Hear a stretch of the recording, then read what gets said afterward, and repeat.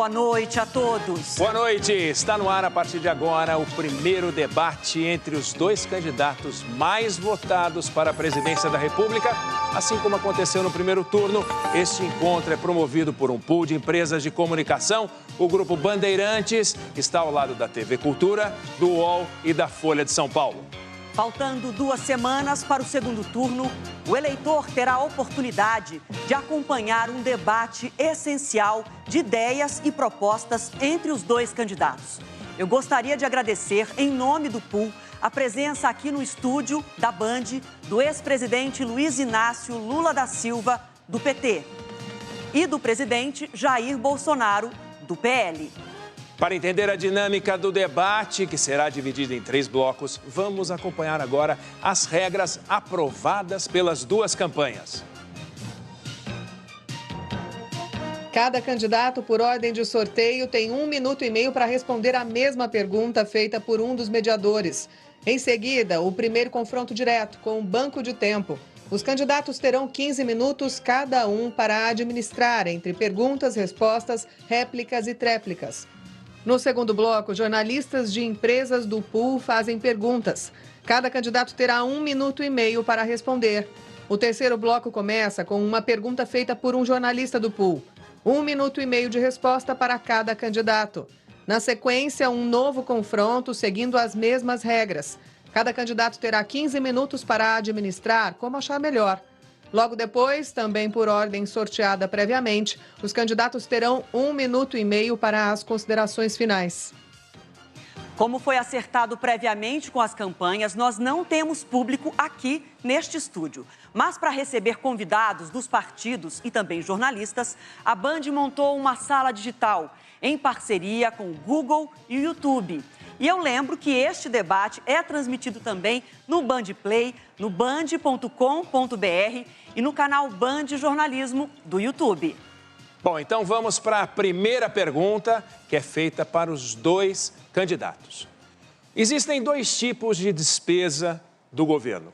Aquelas que são feitas por ordem constitucional, sem que os senhores possam interferir de forma alguma. E aquelas sobre as quais os senhores podem decidir. Nos países avançados, nos países mais civilizados, em termos orçamentários, metade do orçamento é controlado desta forma constitucional e metade é comandado pelo presidente. Aqui no Brasil, 96% do dinheiro vai direto para o seu destino, sem a mão do presidente, sobram 4 na mão do presidente da República. E para fazer novos projetos, novas ideias, novos programas, tem que tirar projeto, tem que tirar ideia, tem que tirar programa. Eu quero saber, para cumprir os projetos e programas que os senhores propõem na campanha, os senhores vão cortar de onde? Dos 4% que comandam ou vão propor mudanças constitucionais para mexer nos outros 96%? Bom, pela ordem sorteada, o primeiro a responder a essa pergunta é Jair Bolsonaro. Boa noite, candidato. O senhor tem 1 minuto e meio, por favor. Boa noite. Por exemplo, a questão do Auxílio Brasil. A origem desse dinheiro virá de uma proposta que já passou na Câmara, visando a reforma tributária, e está no Senado Federal.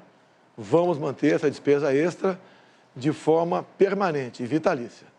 Deixo claro, quando nós criamos o Auxílio Brasil, final do ano passado, nós renegociamos o parcelamento dos precatórios e criamos, então, o auxílio emergencial de R$ 400.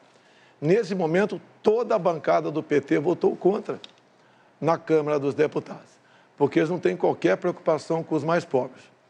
Voltando à questão de recursos, não apenas isso, na reforma tributária, bem como o nosso governo estuda, ao se privatizar alguma coisa, uma parte, obviamente, vai para pagar juros da dívida e a outra parte irá para irrigar projetos outros que pode acontecer, porque realmente esse restante de 4% do orçamento é muito pequeno. Mas tudo nós fazemos, como já faremos, como fizemos no passado, dentro da responsabilidade fiscal. Tanto é que, em nenhum momento, houve qualquer medida do nosso governo que viesse causar um desconforto, um descontrole junto ao mercado, bem como oscilação no dólar. Então, fazemos tudo dentro da responsabilidade. Sua vez, candidato Lula, por favor, 1 minuto e meio. Olha, eu vou até me aproximar da Câmara para dizer que o Partido dos Trabalhadores tinha proposto, antes de votar os R$600 mil de auxílio emergencial, quando o presidente então propunha 200. A Câmara votou 500 e ele propôs 600. Depois ele reduziu para 400 e agora mandou os 600 só até dia 31 de dezembro, porque não está na LDO. Na verdade, o que nós fizemos? Nós provamos à sociedade brasileira de que é possível a gente ter capacidade de investimento quando a gente planeja e quando a gente, coloca o dinheiro no lugar certo.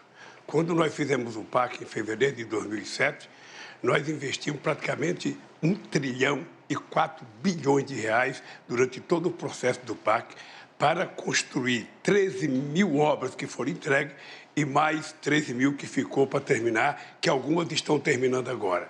O dado importante é que, se você souber trabalhar, planejar, você vai ter o dinheiro para fazer as coisas e, ao mesmo tempo, nós temos certeza de que o Congresso vai aprovar uma reforma tributária para que a gente possa, com a reforma tributária, taxar menos os mais pobres, os trabalhadores. Por isso é que nós propomos uma isenção até R$5 mil de não pagamento do imposto de renda e cobrar dos mais ricos, que muitas vezes não pagam sobre o lucro, sobre o dividendo. Aí nós vamos ter dinheiro para fazer as políticas que nós fizemos. Nós vamos começar agora a primeira rodada direta entre os candidatos. Cada um terá 15 minutos para usar da forma que achar melhor. Para não prejudicar a compreensão de quem está assistindo a este debate, o ideal é que um sempre aguarde o outro terminar. Se um candidato ainda estiver concluindo o raciocínio, a sua fala não pode ser interrompida pelo adversário. Se acontecer isso, o microfone vai ser desligado. E pela ordem sorteada, quem começa é o candidato Lula. Bom debate aos dois, por favor. Eu até queria começar pedindo desculpa ao telespectador, porque eu não cumprimentei quando eu comecei a falar. Eu quero cumprimentar a direção da Banda, a direção da Folha, a direção da TV Cultura e a direção do UOL por fazer esse pool e permitir que a gente pudesse fazer um debate franco e aberto. Vocês sabem que eu estou candidato na perspectiva de reconstruir esse país. Fazer com que esse país volte à normalidade, que as instituições funcionem corretamente, que o Congresso legisle e não trate do orçamento, que o governo governe e que o Poder Judiciário cumpra com o seu papel. Mas, sobretudo, é preciso trazer o povo mais pobre à cidadania outra vez. Quando eu governei de 2003 a 2010, nós fizemos a maior política de inclusão social que a história desse país conheceu. Nós geramos 22 milhões de empregos, nós aumentamos o salário mínimo, nós fomos o governo que mais fez universidade e escola técnica nesse país. E, por isso, eu até gostaria de fazer uma pergunta para o candidato, o meu adversário. Quantas universidades e quantas escolas técnicas o senhor fez como presidente da República? Primeiramente, o senhor Lula confunde auxílio emergencial com Auxílio Brasil. O auxílio emergencial de R$600. E o senhor que fala tanto de pobre, deixar bem claro, durante o ano 2020, quando o povo foi obrigado a ficar em casa, não por decisão desse presidente, mas por decisão de muitos governadores do seu partido, eles iam morrer de fome.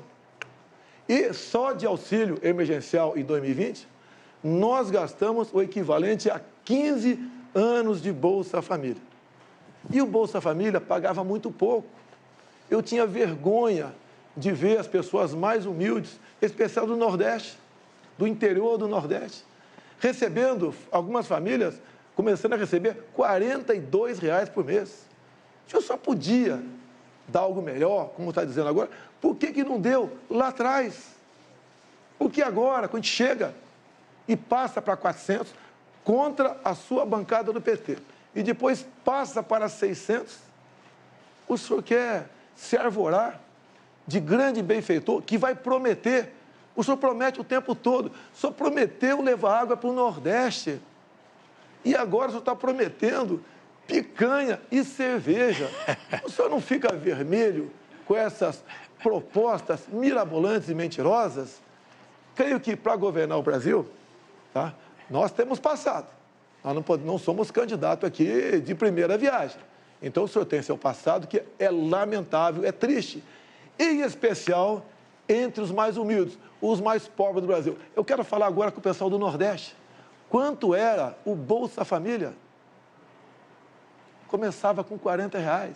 Nós triplicamos com o Auxílio Brasil a média do Bolsa Família. Hoje, a dona de casa vai no supermercado e compra realmente algo para levar para casa. No passado, ia com o carrinho vazio. Então, promessas, estamos cheios, e a grande prova de promessas vazias é esta, que o senhor aqui, o seu partido, foi contra a criação do Auxílio Brasil. Eu perguntei quantas universidades você fez. Perguntei quantas escolas técnicas você fez. E você veio falar do Bolsa Família. O nosso programa de inclusão social não era só o Bolsa Família. O nosso programa de inclusão social foi a maior política de distribuição de renda que esse país já conheceu para o pobre. Porque era ajuda ao pequeno produtor rural, era 1.400.000 cisternas que nós fizemos para o Nordeste, era o PNAE para levar comida para as crianças mais pobres e a gente comprava do pequeno produtor, além do aumento do salário mínimo de 74%. Mas eu queria voltar à pergunta inicial. Quantas universidades e escolas técnicas o seu governo fez? Senhor Lula, durante a pandemia, 2 anos as universidades ficaram fechadas. Não tinha cabimento você abrir a universidade para ficar fechada. Agora, o senhor, junto ao FIES, o senhor ofereceu crédito para milhões de jovens. Milhões de jovens. E mais de 1 milhão estavam endividados, sem condição de pagar esse crédito, o FIES. O que o meu governo fez? Mandou a proposta para o parlamento e nós juntos permitimos a anistia de até 99% da dívida dessa garotada. Nós tiramos essa garotada da inadimplência, do SPC, do Serasa. O senhor mais endividou a garotada do que deu ensino de qualidade. Eu já percebi que ele não quer dizer que, vergonhosamente, ele fez uma universidade em Tocantins que a presidenta Dilma que tinha aprovado. Porque nós fizemos 18 universidades novas, 178 campos, além do ProUni e do FIES. O FIES a pessoa não tinha que pagar enquanto estava estudando. Eu não vou perguntar de universidade já, porque parece que não sabe. Parece que sabe que ele não fez nenhuma. Mas eu vou perguntar de pandemia. O Brasil tem 3% da população mundial.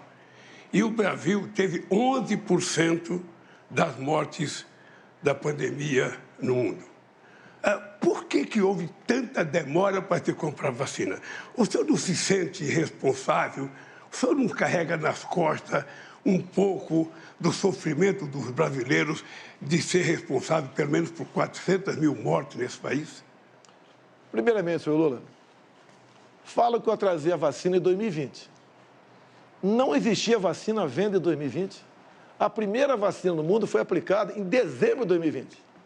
Em janeiro do ano seguinte, um mês depois, o Brasil começou a vacinar. Nós compramos mais de 500 milhões de doses de vacina. E todos aqueles que quiseram tomar vacina, tomaram. E o Brasil foi um dos países que mais vacinou no mundo e em tempo mais rápido. Então, o senhor se informe antes de fazer acusações levianas e mentirosas, que, afinal de contas, se o senhor não mentir, o senhor deixa de ser... Eu não faço acusações mentirosas, são dados científicos. O senhor atrasou a vacina, depois teve um processo, inclusive, de corrupção definido e denunciado pela CPI, e o fato concreto é que a sua negligência fez com que 680 pessoas morressem, quando mais de metade poderia ter sido salva. A verdade é que o senhor não cuidou, debochou, riu, dizia que não tomava vacina, quem tomava vacina virava jacaré, que virava homossexual, que não podia tomar vacina. O senhor gozou das pessoas, imitou as pessoas morrendo afogada por falta de oxigênio em Manaus. Ou seja, não tem na história de nenhum governo do mundo alguém que brincou com a pandemia e com a morte como você brincou. Brincou. É só mostrar na televisão, não vai dizer que é fake news, não, porque você aparece na televisão rindo, imitando pessoas sem ar, você aparece dizendo que quem tomar vacina vai pegar, você virou remédio, você virou vendedor de um remédio que não servia para nada, Você divulgou um remédio que a ciência negou o tempo inteiro. Você não respeitou o Butantan. Você não respeitou a Fiocruz, que são laboratórios de excelência neste país, que poderia ter ajudado. Se tivesse humildade, você poderia ter resolvido parte do problema. Mas, certamente, você não quis resolver, porque você não quis entender o sofrimento do povo. Senhor Lula, tem um vídeo do senhor, o senhor dando graças a Deus que a natureza criou o Covid. Senhor Lula, o que eu fui contra foi o protocolo do senhor Mandetta, que mandava a pessoa infectada ir para casa até sentir falta de ar. E eu fiquei indignado com isso. A vacina, senhor Lula, não é para quem está contaminado. A vacina é para quem ainda não foi contaminado. A questão do tratamento precoce, tendo ou não comprovação científica, porque era algo inédito no mundo todo, tirou-se a autonomia do médico, a tal da receita off-label. Isso que foi castrado no Brasil. A história mostrará quem está com a razão. E isso que o senhor fala de vídeo no YouTube, eu zombando, é só ver as imagens. Exatamente o contrário. Eu falo como a pessoa ir se sentir em casa e depois daquela maneira ir para o hospital. Agora, deixar bem claro, quando se fala em corrupção, corrupção fez o seu partido na Covid. Quando chegou na CPI, a notícia de 50 milhões de reais desviado para o senhor Carlos Gabas, ex-ministro de Dilma Rousseff, que passeava de bicicleta com ela, a CPI do seu amigo Renan Calheiros e Omar Aziz não quis investigar.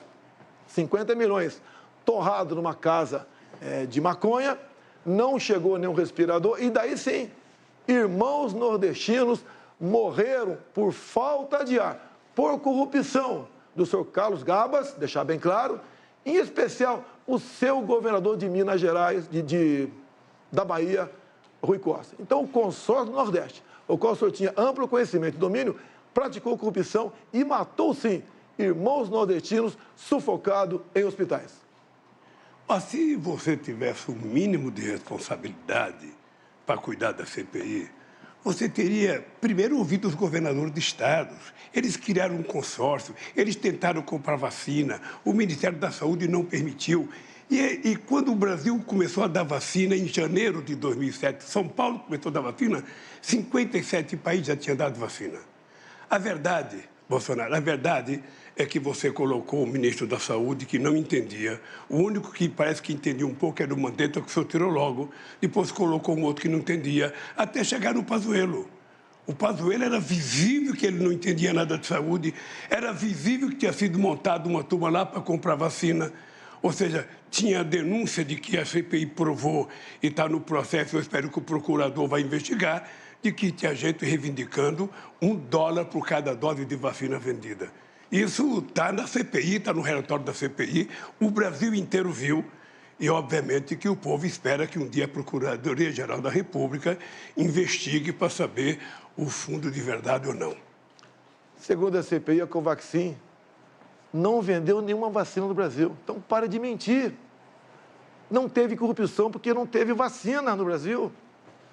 Agora, o senhor falou uma coisa importante. Eu poderia ter conversado com os governadores do consórcio do Nordeste.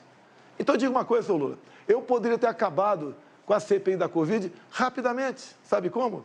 Se eu acolhesse uma emenda do senhor Omar Aziz, seu amigo, senador, lá do Amazonas, e do irmão do senador Renan Calheiros, Renildo Calheiros.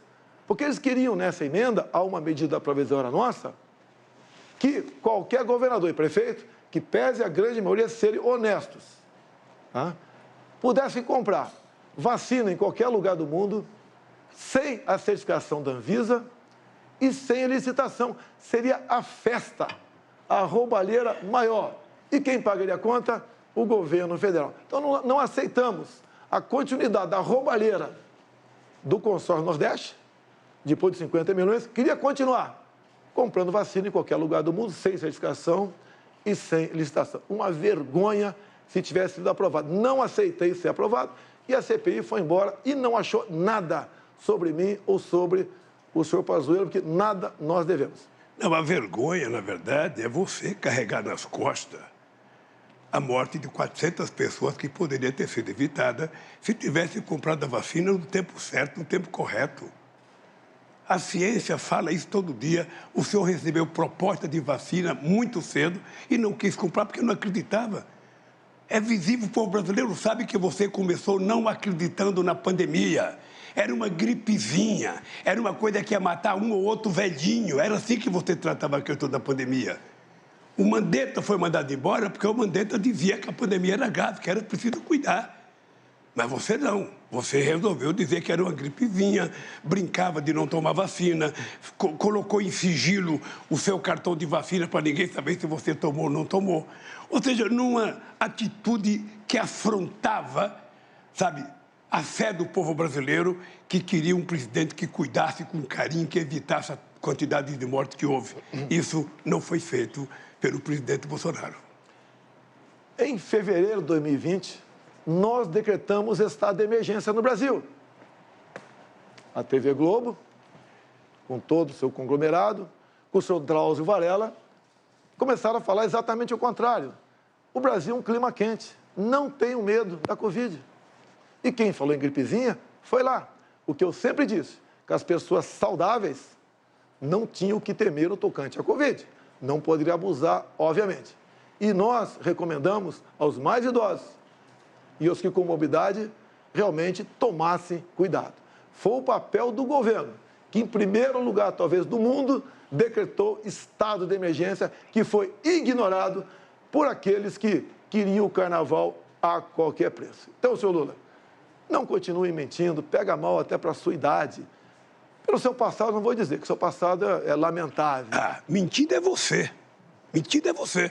Porque os números estão ali na empresa todo dia.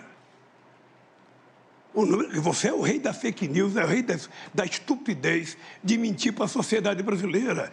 E você mentiu sobre a vacina o tempo inteiro, negligenciou a vacina, e o Brasil hoje carrega a pecha de ser o país, sabe, que tem mais morte pelo Covid. É lamentável. E mais ainda, o senhor não se dignou a visitar uma família que teve alguém que morreu de Covid. E depois, para mostrar que é bonzinho, tentou ir no enterro da rainha da Inglaterra, quando poderia ter visitado centenas de pessoas que morreram do Covid aqui. Disse que não morreu nenhuma criança, morreu 2.000 crianças de Covid. Mas disse que não morreu porque o senhor não queria acreditar na Covid. Era preciso continuar mentindo sobre a Covid, era preciso continuar desacreditando. E eu sei o que pensa o povo que perdeu alguma ente querida. Eu mesmo perdi uma sogra, sabe, por causa do Covid. Fez discurso em cima do caixão da esposa e está se comovendo pela sogra. Senhor Lula, entenda uma coisa, senhor Lula. Entenda uma coisa, por favor. Os enterros eram com caixão lacrado. Ninguém podia o enterro, nem familiares. E eu visitei hospitais, sim. E o senhor não tem conhecimento. Só que eu não preciso fazer propaganda do que faço. Me comovi. Me preocupei com cada morte no Brasil. E repito, o Brasil, o país... Você se preocupou não me interrompa. Você ria o tempo inteiro. Agora que você está candidato, você está mostrando uma seriedade que deveria ter mostrado lá. É isso. O Rio... Simples assim.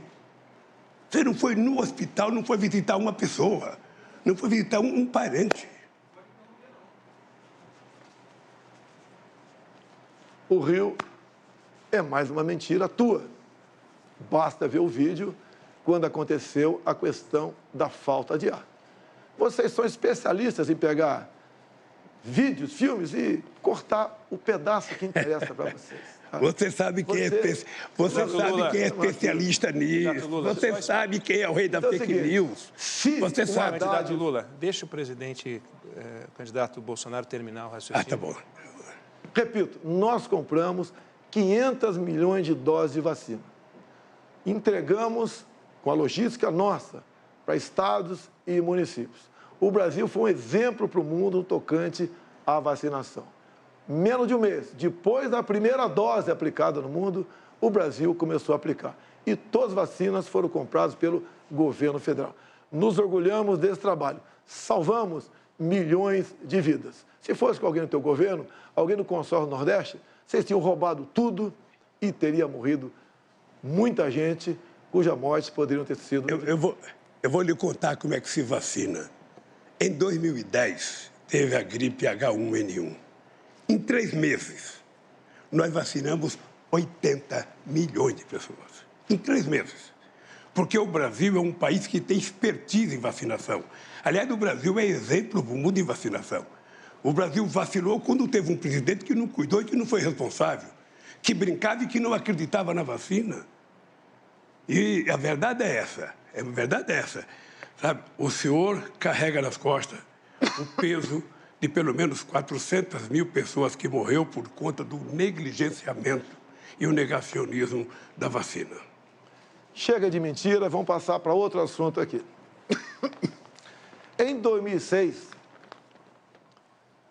59 policiais foram executados aqui no estado de São Paulo. E por que isso? Porque teriam que transferir o Marcola para um presídio de segurança máxima. Ele não podia mais ficar aqui comandando o crime. O seu governo não transferiu o Marcola. Pelo que tudo indica, fez um acordo com o Marcola e com o seu Alckmin, que era governador de São Paulo naquele tempo. Repito, 2006, 59 policiais assassinados em São Paulo.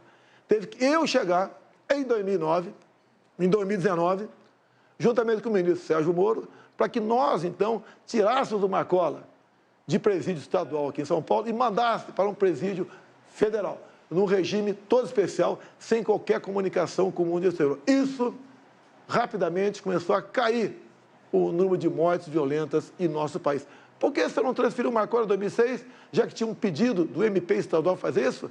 Era simpatia, amizade ou um grande acordo naquele momento, juntamente com o seu vice, atualmente, Geraldo Alckmin?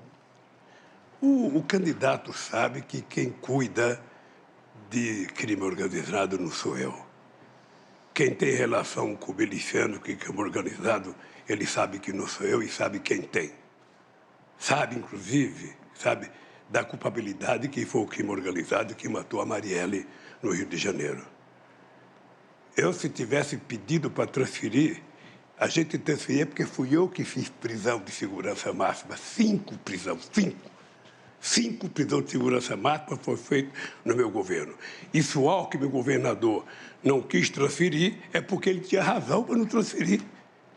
Quem sabe a segurança dele tinha razão para transferir. Sabe? Mas o dado concreto é o seguinte, você está falando com um cara que fez 5 presídios de segurança máxima desse país. Quanto você fez? Nenhum.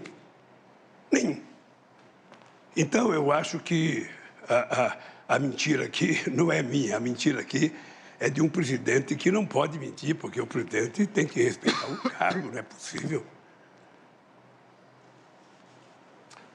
Senhor Lula, amizade com bandido. Eu conheço o Rio de Janeiro. O senhor esteve atualmente no Complexo do Salgueiro. Não tinha nenhum policial ao seu lado, só traficante. Tanto é verdade a sua afinidade com traficantes, com bandidos, que nos presídios do Brasil, cada 5 votos, o senhor teve 4 votos. E quando a gente volta para o Marcola foi flagrado. Teve ligação telefônica grampeado.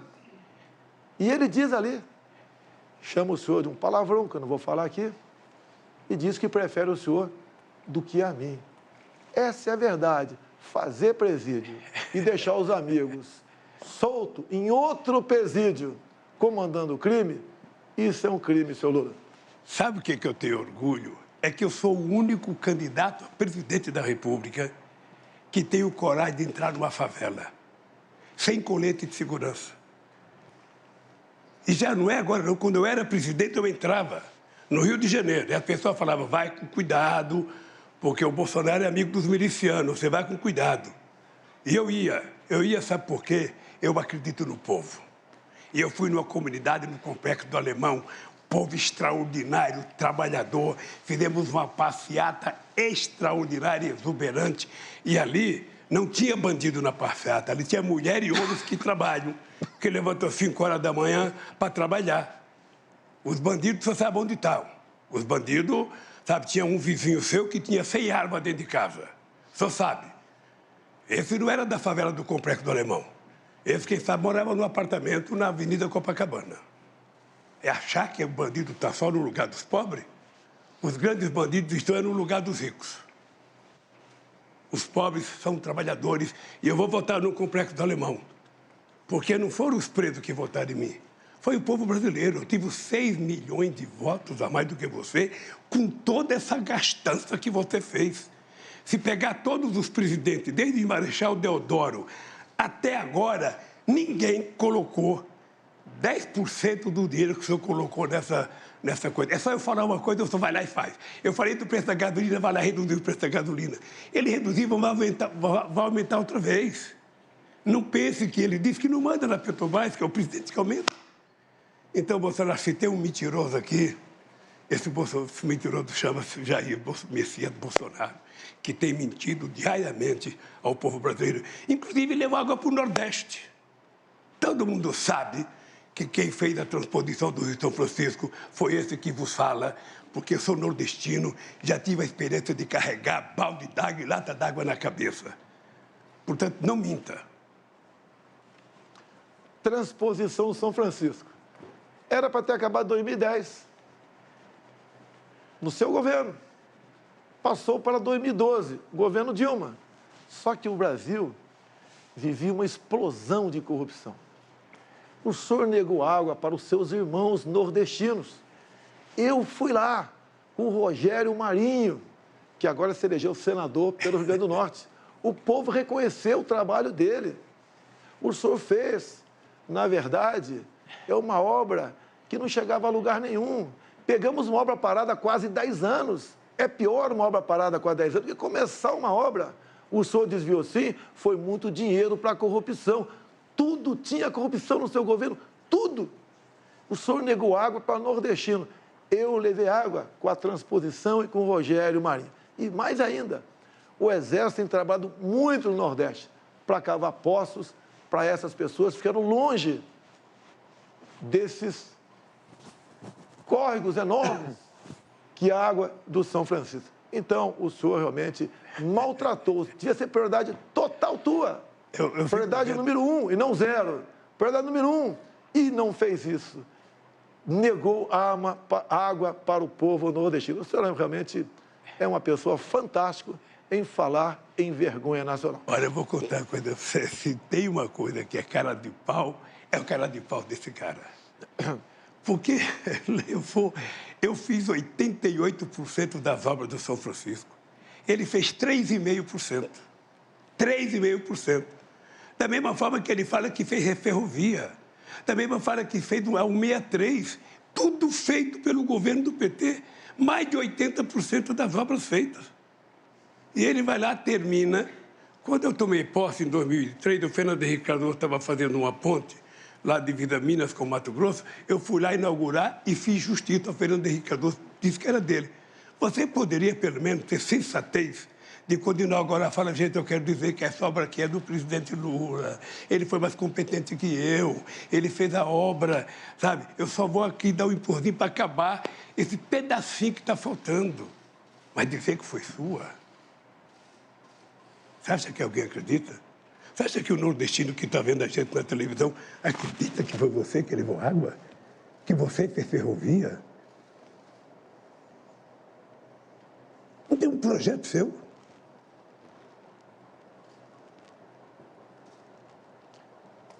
Se o senhor fez 86% das obras no seu governo... 88. Parabéns. 88, Dilma ficou mais meia dúzia anos. Não terminou os 12 que faltavam. Se o senhor mandava no governo Dilma, quem está mentindo?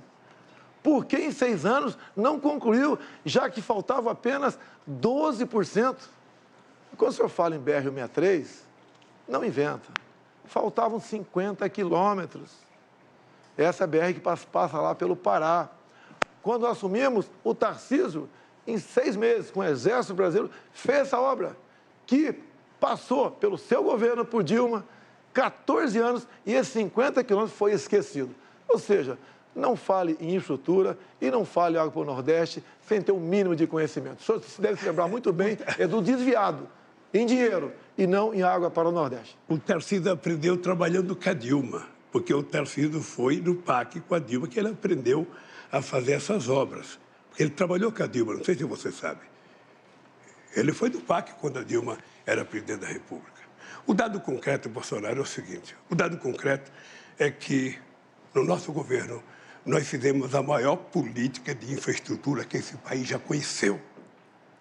Maior. Talvez eu tenha perdido do Geisel quando ele fez o Proálcool nos anos 75. Porque nós fizemos a maior quantidade de obras de infraestrutura que esse país já conheceu. Geramos muito emprego, mas muito emprego de carteira profissional assinada, coisa que Vossa Excelência não faz. O senhor fala muito. Na verdade, nada fez. O Tarcísio, sim, trabalhou, mas ele não era dono da caneta, ele não era dono do recurso. Fez o possível. E quando foi trabalhar comigo, ele sentiu-se como a pessoa mais útil do mundo, e o que foi verdade. Concluiu obras por todo o Brasil. Se em vez de ter ministros, como o senhor teve no passado, quase todos presos, tivesse pessoa da linha do Tarcísio na frente, muitas obras seriam feitas sim. Então, a grande verdade, o senhor não fez nada pelo Brasil, a não ser transpor dinheiro público para o seu bolso e dos seus amigos. Olha, ainda bem que você está assistindo, e eu quero até parabenizar a Bandeirante, porque o horário do debate é nobre, 8 horas. Porque um cidadão tem a cara de pau e a disfarçatez que tem, o presidente, de dizer que nós não fizemos nada para o país. Ele era deputado. Ele nunca fez um discurso contra o governo Lula. Nunca fez um discurso. Procurei nos anais do Congresso Nacional. Esse cara tem raiva do Lula, ele ter feito um discurso contra o Lula. Não! Não, ele não fez, sabe por quê? Porque, no fundo, ele sabe que eu fui o presidente que mais investiu nesse país, mais e mais ainda, foi o que mais cuidei das Forças Armadas. A aeronáutica não tinha avião, a marinha não tinha navio, o exército não tinha nem coturno. E eu dei. Na verdade, as Forças Armadas não tinha ministro. Você botou gente incompetente na frente do Ministério da Defesa. Gente que tinha qualquer conhecimento de nada. Uma vergonha na frente. Agora, falar que eu não fiz nenhum discurso contra você, Lula, 8 anos de governo, eu não vou nem rebater isso aí. Pelo menos 2 por semana eu fazia, mostrando as mentiras e as inverdades e a corrupção do seu governo. Obrigado, candidatos. Você está acompanhando o primeiro debate entre os candidatos à presidência da República no segundo turno, realizado por um pool que reúne o Grupo Bandeirantes, o jornal Folha de São Paulo, a TV Cultura e o UOL. Logo após o intervalo, é a vez de jornalistas fazerem as perguntas aos candidatos. Olho no voto, eleições 2022.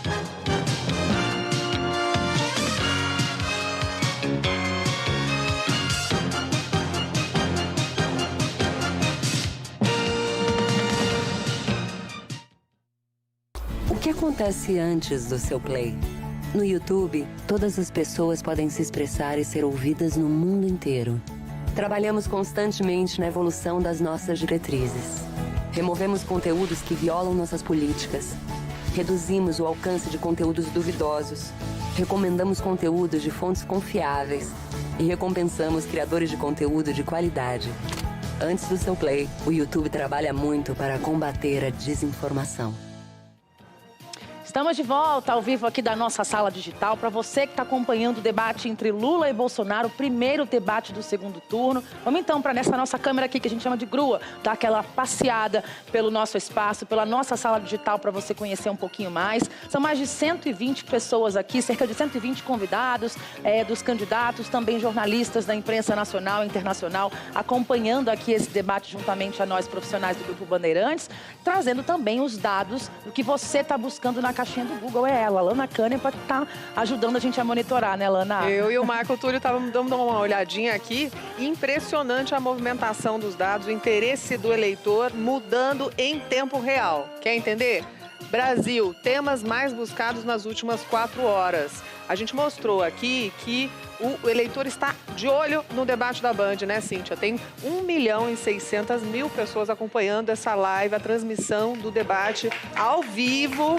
E essa informação é interesse do eleitor olhando aqui para esses dados também. Então, os temas mais buscados. Olha essa mudança aqui, que impressionante. A gente teve um crescimento expressivo de Covid. A gente recebeu o relatório aqui que Covid mais que dobrou o interesse de busca aí nas últimas horas. A gente está acompanhando as últimas 4. Covid saiu de último lugar e foi para primeiro. A gente está aqui nos grandes temas aqui no Brasil, mas vários desses temas que cresceram estão associados à saúde também. Mas a gente vê preços em segundo lugar, que estava vindo em primeiro, pesquisa eleitoral, escola, concurso público, educação, professor e dólar.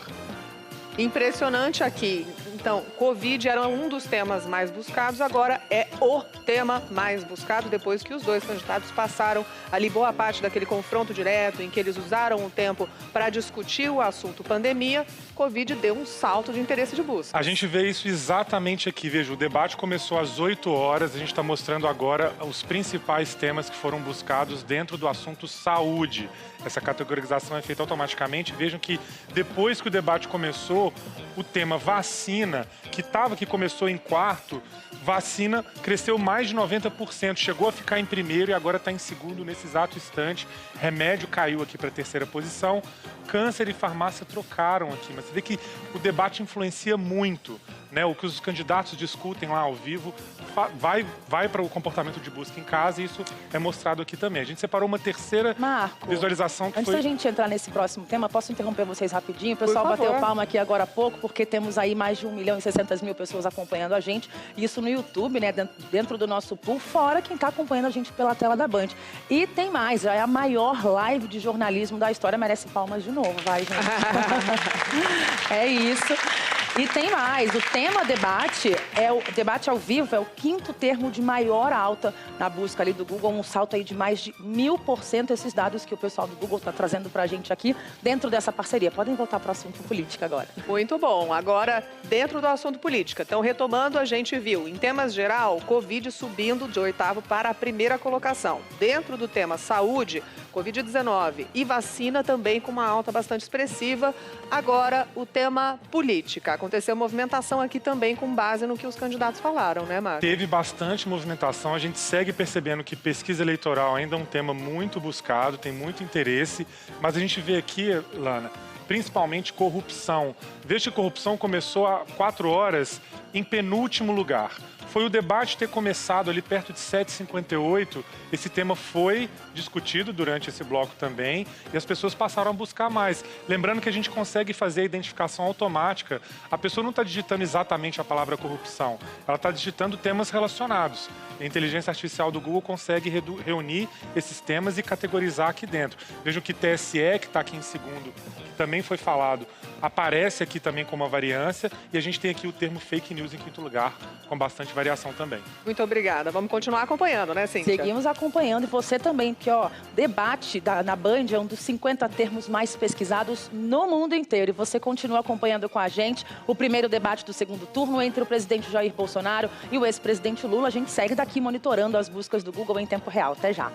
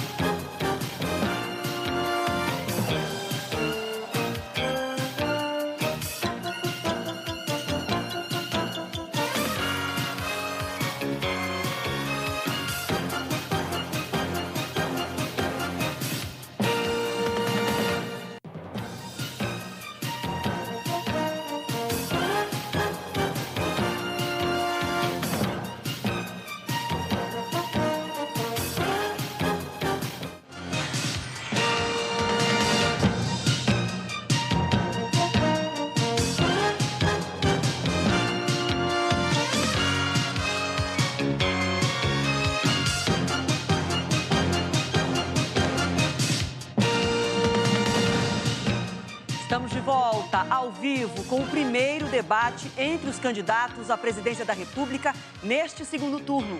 Um encontro realizado por um pool que reúne o Grupo Bandeirantes, a TV Cultura, Folha de São Paulo e o portal UOL. O programa é exibido também no Band News TV e nas rádios Bandeirantes e Band News FM. Neste bloco, jornalistas das empresas que integram o pool fazem as perguntas para os candidatos. Cada jornalista faz uma pergunta que será respondida pelos 2 candidatos e o tempo para a resposta é de 1 minuto e meio. Lembro que a ordem de resposta foi definida em sorteio prévio e será intercalada a cada nova pergunta. O primeiro a responder será o candidato Lula e quem faz a pergunta é a jornalista da TV Cultura, Vera Magalhães. Boa noite, candidatos. Boa noite a todos. A minha pergunta é sobre a relação entre os poderes. A separação e a independência entre os poderes da República é uma das cláusulas pétreas da Constituição. Ainda assim, tramitam no Congresso uma série de propostas que visam alterar a composição do Supremo Tribunal Federal, aumentando o número de ministros ou estabelecendo mandatos que acabariam com a vitaliciedade desses integrantes do Supremo. Essas medidas têm sido defendidas por alguns como uma forma de conter supostos abusos do judiciário, mas são vistas também como ameaças à democracia por juristas e observadores de como essas práticas ocorreram em países como Venezuela ou Hungria. Eu queria saber se os senhores se comprometem, caso eleitos, a respeitar a separação dos poderes e a sua independência e descartar esse tipo de medida. Candidato Lula, 1 minuto e meio. Vera, você vai ver que eu vou chegar perto da Câmara que você falou, não vai ter nenhuma agressão minha a você. Primeiro porque nós já tivemos uma experiência, no tempo da ditadura militar, de mudar a composição da Suprema Corte. O Castelo Branco mudou de 11 para 17, depois ele tirou 5 que ele não gostava e ficou só o que eles queriam. Não é prudente, não é democrático um presidente da República querer ter os ministros da Suprema Corte como amigos. Você não indica o ministro da Suprema Corte para ele votar favorável a você ou te beneficiar. Os ministros da Suprema Corte têm que ter currículo. As pessoas têm que ter história, têm que ter biografia. E essa gente tem que fazer o que precisa ser feito. E eu tenho orgulho, porque foi os ministros que eu indiquei que votaram o Célula Tronco, votaram o Raposo da Serra do Sol, votaram a União Civil. Ou seja, foram pessoas que tiveram uma postura de dignidade. Sinceramente, eu estou convencido que tentar mexer a Suprema Corte para colocar amigo, para colocar companheiro, para colocar partidário, é um atraso, é um retrocesso que a República Brasileira já conhece muito bem. E eu sou contra. Eu acho que a gente pode discutir no futuro, se tiver uma nova Constituinte, sabe, quem sabe ter mandato ou não, quem sabe as pessoas ter uma limitação maior. Mas eu acho que a Suprema Corte tem que ser escolhida por competência, por currículo e não por amizade. Candidato Jair Bolsonaro, por favor, 1 minuto e meio. Prezada jornalista Vera, satisfação revê-la. Só que para deixar bem claro, a proposta de emenda à Constituição, ora em tramitação na Câmara, é da senhora Luísa Erundina. E tem 40 deputados do PT que deram o devido apoiamento. Ou seja, em 2013, a senhora Dilma Rousseff, que exercia forte influência do senhor Lula, tentou criar mais 4 vagas para o Supremo Tribunal Federal. Da minha parte, está feito o compromisso. Não terá nenhuma proposta. Como nunca estudei isso com profundidade. Mas deixo claro, no momento, o PT tem 7 ministros indicados para o Supremo Tribunal Federal. Eu tenho 2.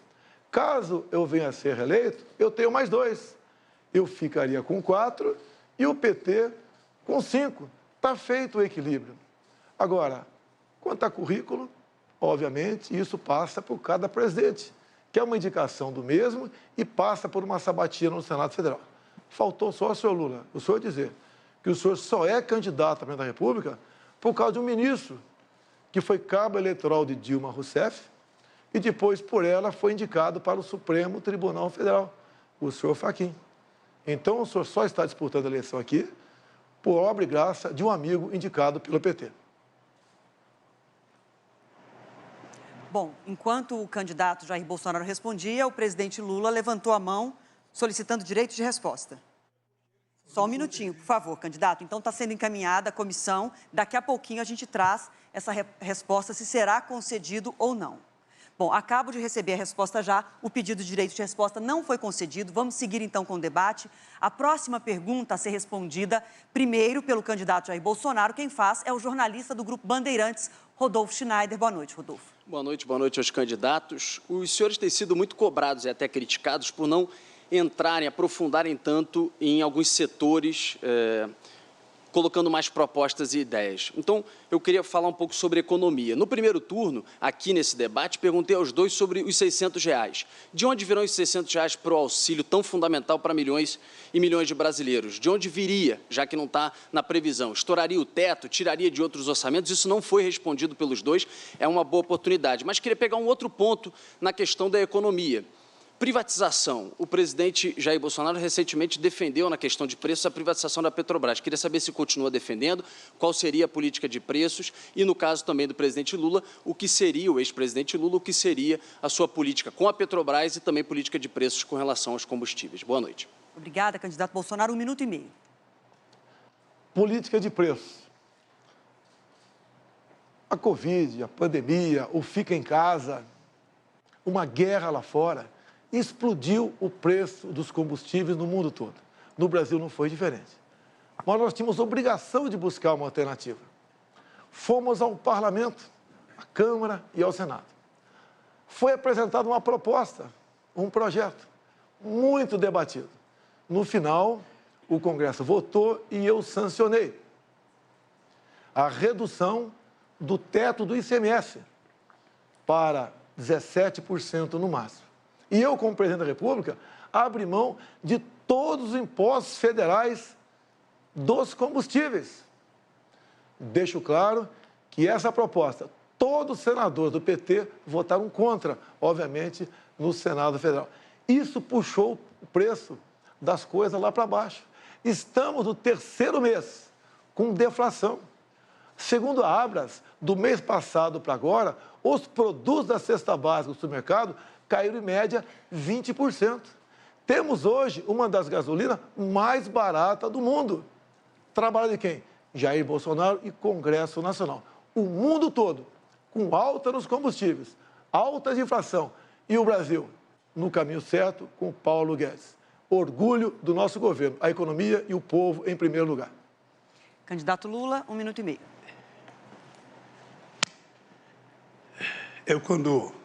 Quando eu ouço o meu adversário falar, eu fico imaginando que mundo ele está. Primeiro porque esse país hoje só refina 80% da gasolina que usa. A gente refinava 100%, a gente refinava tudo que a gente consumia. Esse país parou de refinar, portanto, a gente tem hoje, com a privatização da BR, dizendo que a BR tinha monopólio, era preciso ter mais empresa concorrendo, queria baixar o preço. Aí vendeu-se a BR, vendeu-se a BR, e hoje nós temos 392 empresas importando gasolina dos Estados Unidos, sem pagar imposto e com o preço dolarizado. Ora, na verdade, o preço não tem que ser dolarizado porque a gente faz a exploração em real, a gente paga o salário dos pessoal em real, e a gente fazia as próprias plataformas e a sonda aqui, coisa que não faz mais. Eu acredito piamente que eu sou contra a privatização. Acho que privatizar a Petrobras é uma loucura. O governo dele acabou de privatizar os gasodutos e hoje a gente paga 3 bilhões de reais por ano de aluguel do gasoduto, para usar os gasodutos. Ou seja, em 10 anos já se consumiu o dinheiro que pegou e mesmo assim a gente vai continuar pagando 3 bilhões. Eu, sinceramente, acho que privatizar não é solução para nada. Quem pergunta agora é a jornalista da Folha de São Paulo, Patrícia Campos Melo. Boa noite. O tema da minha pergunta é relações entre os poderes. As fake news divulgadas por autoridades eleitas e altos funcionários do governo têm prejudicado a implementação de políticas públicas e o debate eleitoral se transformou em uma guerra suja. Há uma avalanche de mentiras sobre as urnas e o sistema eleitoral, sobre religião, sobre vacinas, sobre saúde pública. Candidato Bolsonaro, o senhor já teve inúmeras declarações falsas removidas da internet. Candidato Lula, sua campanha já teve declarações falsas removidas da internet. os senhores se comprometem a propor uma lei específica para que o Judiciário imponha penas para autoridades eleitas, presidente inclusive, e servidores que divulguem informações factualmente inverídicas que prejudiquem o bem-estar da população, como informações falsas sobre saúde e violência sexual, por exemplo. Sim ou não? Candidato Lula, 1 minuto e meio. Olha, o meu adversário teve 36 processos, sabe, tirando o programa dele de mentira. 36 fake news, a Suprema Corte tirou, o Superior Tribunal Eleitoral tirou dele. Numa demonstração de que faz parte do cotidiano dele. A imprensa publica fartamente que há pelo menos 6 ou 7 mentiras por dia contadas, brinca de se contar mentira, levanta de madrugada, tem vontade e vai e conta uma mentira, faz uma live e conta uma mentira, sabe? Levanta até 1h da manhã para fazer live. Eu, sinceramente, acho, eu já participei de outras campanhas. Você sabe que eu já participei de campanha contra o Fernando Henrique Cardoso, contra o Collor, contra o Serra, e o nível era outro. Era um nível civilizado, era um nível em que a verdade sempre prevalecia, a verdade sempre estava na ordem do dia. A gente debatia o futuro do país, a gente debatia economia, debatia trabalho, debatia salário, sabe? Por exemplo, sabe, nós temos 36 milhões de pessoas que vivem com salário mínimo e faz 4 anos que não se aumenta o salário mínimo nesse país. Eu acho que a campanha tem que ser regulada, a justiça tem que tomar decisão e toda vez que houver mentira, nós vamos entrar com processos para tirar as coisas que são mentirosas. Porque o povo, se votar num candidato que mente, sabe que esse candidato não vai governar corretamente. Candidato Bolsonaro, 1 minuto e meio. Lula, se você não mentisse, não seria você. Você me chama o tempo todo de genocida, miliciano, canibal. E a última, o seu programa, influenciado por Gleisi Hoffmann, me acusou de pedofilia, tentando me atingir naquilo que eu tenho mais de sagrado, defesa da família brasileira, defesa das crianças.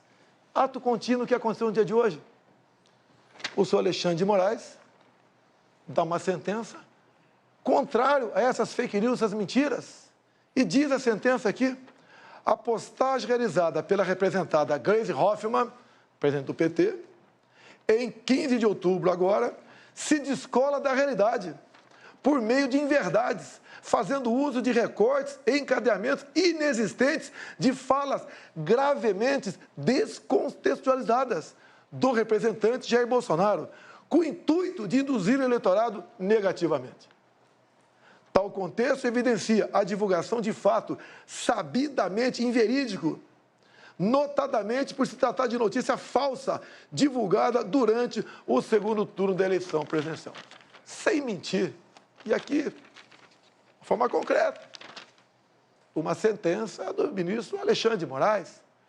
Sem mentir, você chega aonde? Você não tem que falar do seu passado, que não tem nada que preste ao seu passado. Só tem que mentir para tentar denegrir a imagem dos outros. O próximo a perguntar é o jornalista do UOL, Josias de Souza. Boa noite, Josias, por favor. Muito boa noite. Boa noite, senhores candidatos. Eu vou perguntar sobre 2 temas numa única pergunta. Os temas são relação entre poderes e governabilidade.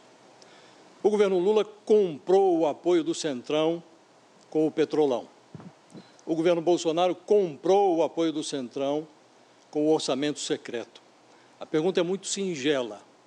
Quem for eleito em 30 de outubro terá de se relacionar com o Congresso. Há muitas reformas por aprovar. O que os senhores farão para que esse relacionamento se dê sem a necessidade de comprar apoio legislativo?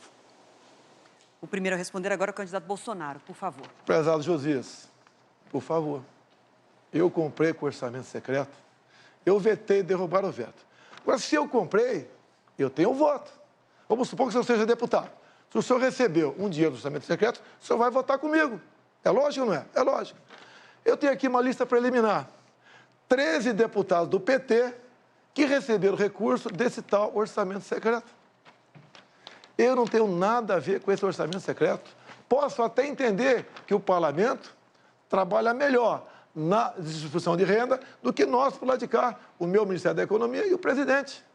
Agora, por favor, Josias, falar que eu comprei com orçamento secreto, eu posso te trazer numa outra oportunidade, mais nomes que receberam fortunas desse dito orçamento secreto. Então, se eu tivesse esse poder, primeiro que eu tenho caráter, não faria isso. E só para controle. Esse orçamento foi criado por Rodrigo Maia, sabidamente uma pessoa que queria tirar poder de mim. Eu queria, na verdade, José, se fosse verdade, que o orçamento estivesse nas minhas mãos. Eu faria melhor uso dele, pode ter certeza disso. Como o Tarcísio tem feito nas suas obras, o Rogério Marinho, entre outros. Agora, por favor, José, você é jornalista, você é uma pessoa inteligente. Eu jamais daria dinheiro para essa turma toda aqui se não estivesse votando comigo, né? Se bem que eu nunca comprei voto de ninguém. Por favor, candidato Lula, 1 minuto e meio. Josias, a primeira coisa que você tem que aprender é que um presidente da República, quando ele é eleito, ele vai governar e lidar com o Congresso que foi eleito. E quem elegeu o Congresso foi o povo brasileiro. Se os deputados são bons ou não, o povo brasileiro tem responsabilidade por quem indicou. E é com quem tem mandato que o governo se relaciona. O suplente não vale, os que ficaram em segundo lugar não vale. É exatamente com as pessoas que foram eleitas. Isso vale para todos os presidentes da República. Vale para você se fosse eleito presidente. Eu vou tentar confrontar essa história do orçamento secreto. Eu vou tentar criar um orçamento participativo, que foi uma coisa que nós criamos nos estados brasileiros. Todo mundo se lembra que o sucesso do orçamento secreto nas prefeituras do PT foi... A ONU pediu para que a gente, fosse para o mundo divulgar o orçamento participativo. Agora, com a internet, nós vamos tentar fazer um orçamento participativo.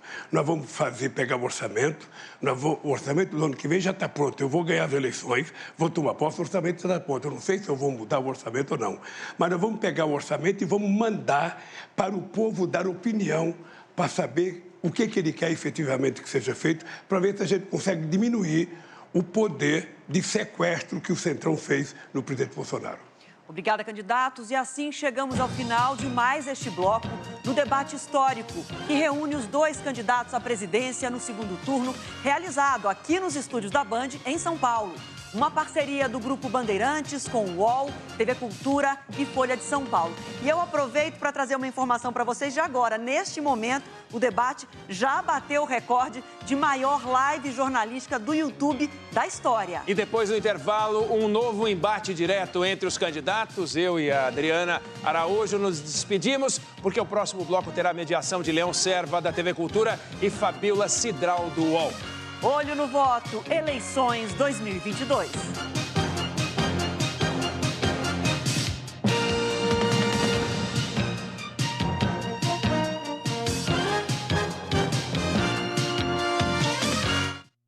O que acontece antes do seu play? No YouTube, todas as pessoas podem se expressar e ser ouvidas no mundo inteiro. Trabalhamos constantemente na evolução das nossas diretrizes. Removemos conteúdos que violam nossas políticas. Reduzimos o alcance de conteúdos duvidosos. Recomendamos conteúdos de fontes confiáveis. E recompensamos criadores de conteúdo de qualidade. Antes do seu play, o YouTube trabalha muito para combater a desinformação. De volta, ao vivo, aqui da Sala Digital, para você que está acompanhando o debate entre Lula e Bolsonaro, o primeiro do segundo turno. Lembrando, a Adriana Araújo acabou de falar e a gente reforça, essa já é a maior live de jornalismo do YouTube. Você está acompanhando com a gente ali simultaneamente, mais de 1.700 pessoas acompanhando. E quando a gente, ou melhor, 1 milhão, né, gente? Tá aqui a maior da história, 1.700.000 pessoas acompanhando. E no pool, né, que a gente tem essa junção de várias emissoras jornalísticas transmitindo o nosso debate, já são mais de 2 milhões de pessoas assistindo.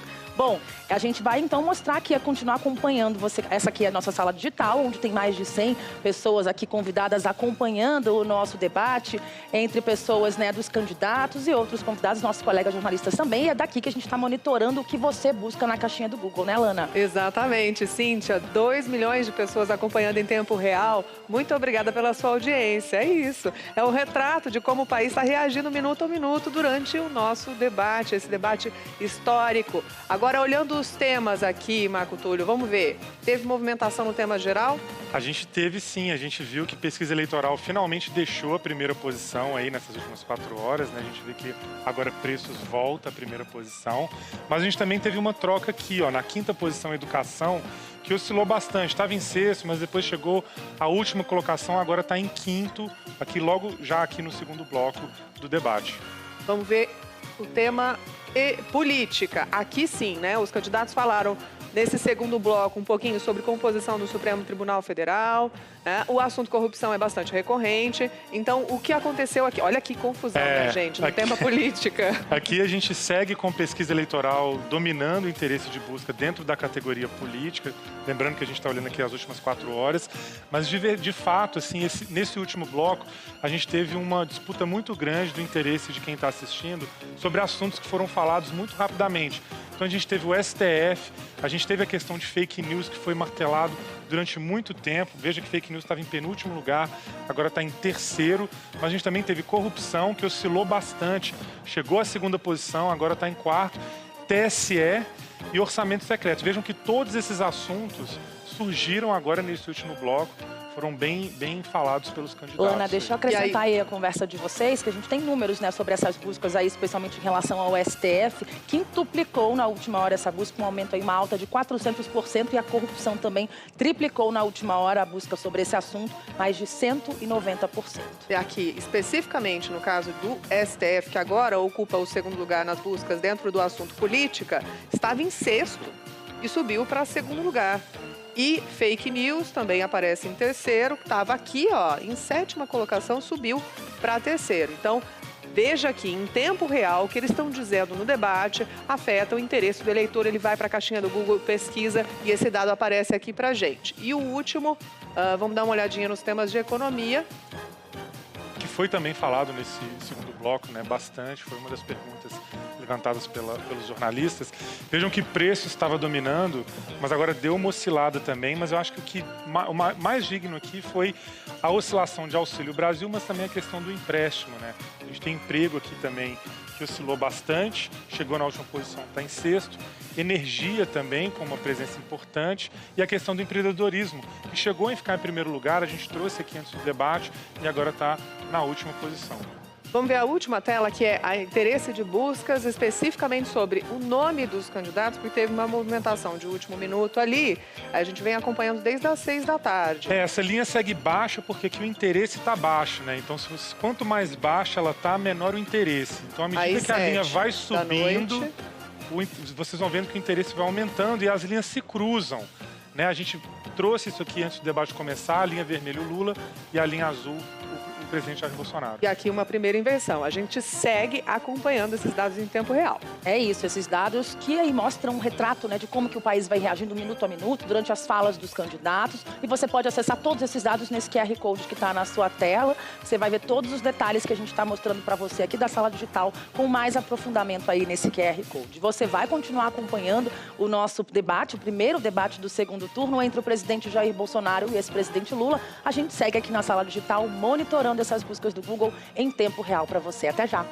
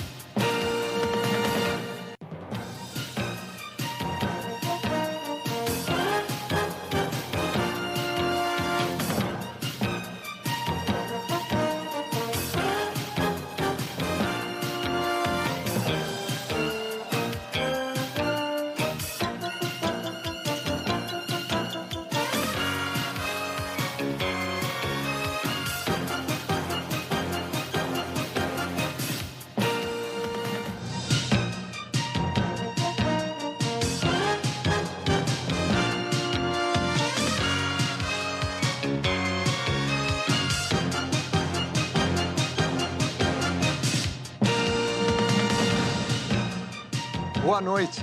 Boa noite, estamos de volta ao vivo para todo o Brasil com esse debate histórico e que reúne pela primeira vez os dois candidatos à presidência da República no segundo turno das eleições 2022. Um encontro fundamental para a democracia, promovido por um pool que reúne a TV Cultura, o Grupo Bandeirantes, o UOL e a Folha de São Paulo. Eu lembro que o debate está sendo exibido na internet pelos canais digitais de todas as empresas participantes e pelas rádios Cultura FM e Cultura Brasil. Para abrir este bloco, os dois candidatos terão 1 minuto e meio para responder a uma mesma pergunta. E quem faz essa pergunta inicial é o jornalista Taiguara Ribeiro, da Folha de São Paulo. Por favor, Taiguara. Candidatos, boa noite. O assunto é educação. Durante a pandemia, alunos de escolas públicas enfrentaram uma média de 287 dias sem escola. Além disso, essa falta de escola causou um prejuízo no aprendizado e também aumentou a desigualdade entre crianças negras e brancas, ricas e pobres. O que de concreto, caso os senhores sejam eleitos, vocês farão para recuperar essa defasagem educacional? Pela ordem sorteada, o primeiro a responder é o candidato Lula. Candidato, 1 minuto e meio para a sua resposta. Olha, eu tenho dito já há 3 meses que a primeira reunião que eu quero fazer na primeira semana de janeiro são com os governadores eleitos dos 27 estados e também com os prefeitos da capital para começar uma discussão de como recuperar esses alunos que estão atrasados. Esses alunos que ficaram mais analfabetos do que já eram, porque não tiveram sequer um auxílio de um computador, da internet para poder estudar. Ou seja, 2 milhões de crianças estão mais atrasadas do que os mais ricos e nós precisamos recuperar. E o governo federal, através do Ministério da Educação, vai compartilhar com os governadores e com os prefeitos a responsabilidade de recuperar essas aulas para que esses meninos possam aprender mais. Sabe, nós vamos ter que fazer um verdadeiro mutirão, convidar professores, quem sabe trabalhar de domingo, quem sabe trabalhar de sábado, para que a gente possa fazer com que essa meninada, sabe, consiga aprender aquilo que eles deixaram de aprender durante a pandemia. É triste, mas é verdade. Os pobres aprenderam menos, os negros aprenderam menos, porque os ricos têm internet, estudaram em casa, fizeram aula em live, ou seja, e os pobres ficaram sem aula. Isso nós vamos cuidar. Pode se preparar os governadores e os prefeitos, que o Ministério da Educação, no meu governo, vai ser parceiro para recuperar. Candidato Jair Bolsonaro, sua vez de responder, por favor. Até que enfim, uma verdade, uma sinceridade. Os alunos ficaram mais analfabetos do que já eram. Os já eram, foi no teu governo, Lula. E Dilma. A garotada ficou 2 anos em casa. Eu fui contra isso. Mas vamos aos fatos. Nós já estamos fazendo. O nosso ministro da Educação tem um aplicativo que foi aperfeiçoado e já está 1 ano em vigor. Chama-se Grafogame. Ou seja, num telefone celular, se baixa o programa e a garotada fica ali. Letra A, ela aperta o A, aparece o som de A. Vai para sílabas, C, A, K. E no passado, no tempo do Lula, a garotada levava 3 anos para ser alfabetizada. Agora, em nosso governo, leva 6 meses. Ou seja, a grande diferença está aí. A gente não fala o que vai fazer, a gente mostra o que está fazendo. O seu Paulo Freire, Lula, não deu certo. E mais do que isso, nós vamos começar agora com o FIES técnico para a garotada do ensino médio ter uma profissão. Auxiliar de enfermagem, marceneiro, entre tantos outros. Essa é a diferença do nosso governo e do teu. Tu nunca se preocupou em educar ninguém no Brasil. Nós educamos e alfabetizamos. Agora, mais uma rodada direta com o banco de tempo entre os candidatos. Seguindo as mesmas regras do primeiro bloco, cada um terá 15 minutos para administrar como preferir. A ordem é invertida em relação ao primeiro bloco. Portanto, quem começa com a palavra é o candidato Jair Bolsonaro. Bom debate, candidatos. Lula, você não respondeu a pergunta do Josias de Souza sobre o Petrolão. Petrolão foi o maior esquema de corrupção da história da humanidade. O endividamento da Petrobras, com desvio de recursos, com compra de refinarias como Passadina, com o começo da construção de 3 refinarias, uma no Maranhão, outra no Pernambuco, outra no Rio de Janeiro. Não concluiu nenhuma, só ali se enterrou 90 bilhões de reais. Dinheiro, Lula, que você enfiou no ralo e grande parte dividiu com seus amigos. Muitos devolveram centenas de milhões de reais. Lula, a Petrobras se endividou em 900 bilhões de reais. Isso equivale a você fazer 60 vezes a transposição de São Francisco. Lula, responda sobre o Petrolão. Eu vou responder sobre a Petrobras e vou dizer uma coisa para você. A Petrobras tinha uma dívida de 300 milhões e essa dívida foi feita porque a Petrobras precisava tirar o pré-sal de 7 mil metros de profundidade, que vocês não acreditavam. E muita gente nesse país dizia que era impossível tirar o petróleo de 7 mil metros de profundidade. E nós conseguimos tirar, e hoje o barril de petróleo colocado em terra é quase que o mesmo preço do barril de petróleo da Arábia Saudita.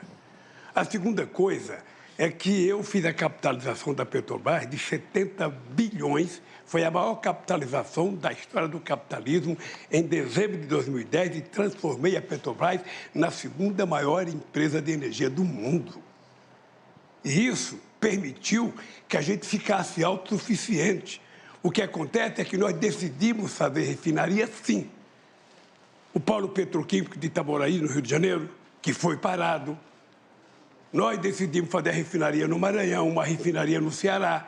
Fizemos a refinaria de querosene, sabe, no Rio Grande do Norte. Porque esse país queria ser exportador de produtos derivados e não de óleo cru como está sendo agora.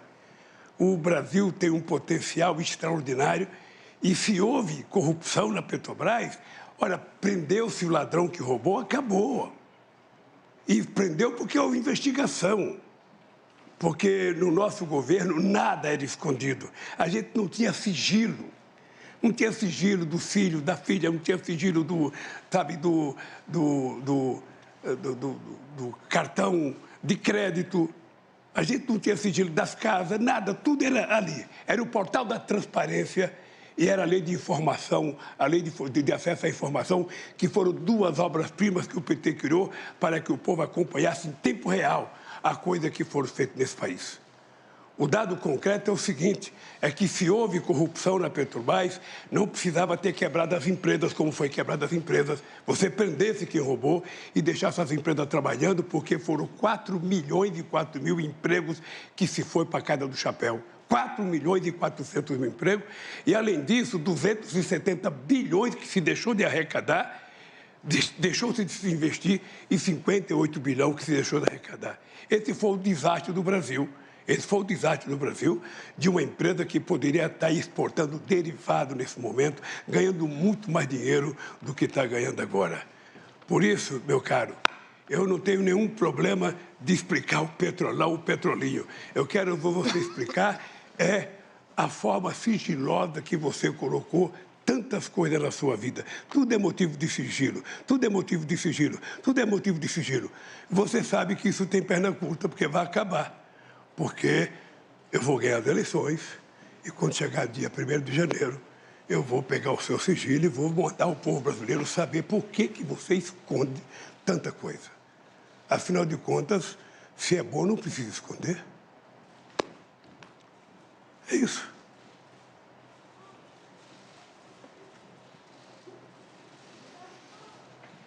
Estou à sua disposição. Aliás... Fica aqui, Lula, fica aqui. Aliás, deixa eu lhe falar uma coisa. Fica aqui. Aliás, deixa eu falar uma coisa para você. Sabe o que eu fiquei sabendo agora? Sabe o que eu fiquei candidatos. sabendo agora? Que todo o discurso seu no Congresso Nacional era falando bem de mim, quando era deputado e eu era presidente. Lula. Me ligaram, disseram que você era um puxa-saco meu, que não tinha precedente na história.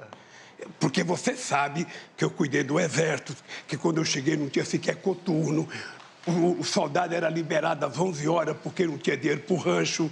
Você sabe que a Marinha não tinha quase mais navio. Você sabe que a Aeronáutica não tinha avião.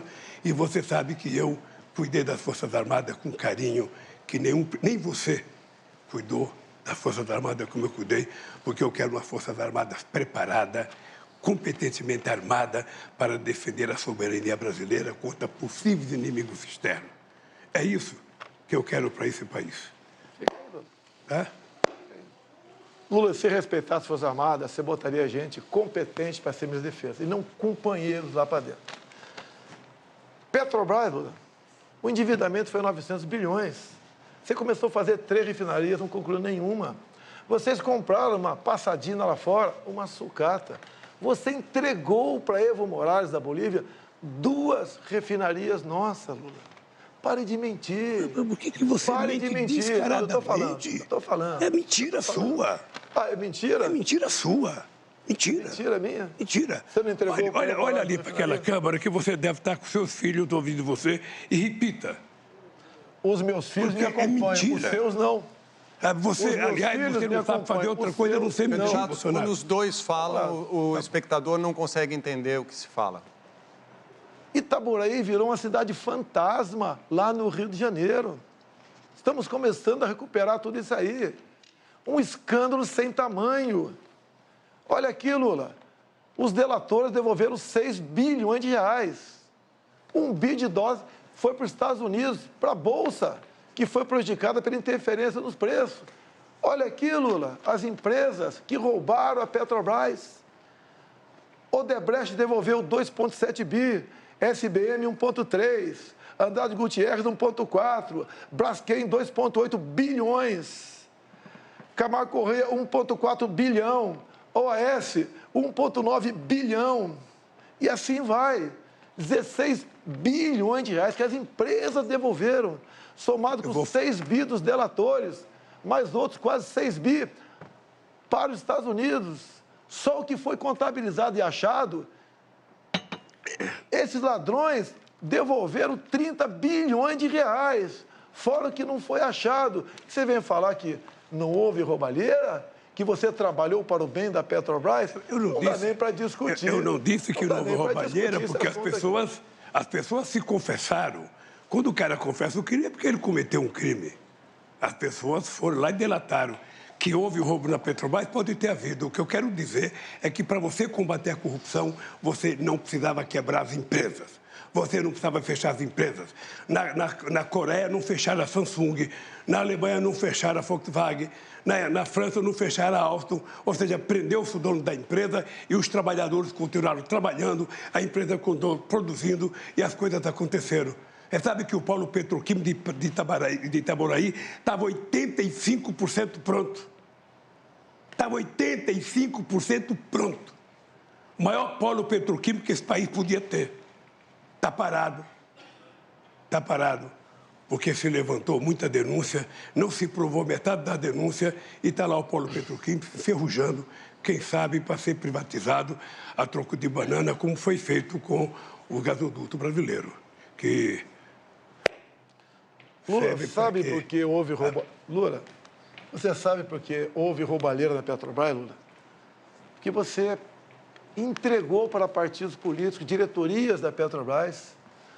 Você fez um leilão em troca de apoio dentro do parlamento. Não minta. Você botava... Não minta que é feio. Candidato Lula, respeita, ele está falando... Com grupos partidários. E o pessoal entrava para saquear. E você, com os votos caindo para aprovar suas propostas lá dentro, você se refestelava.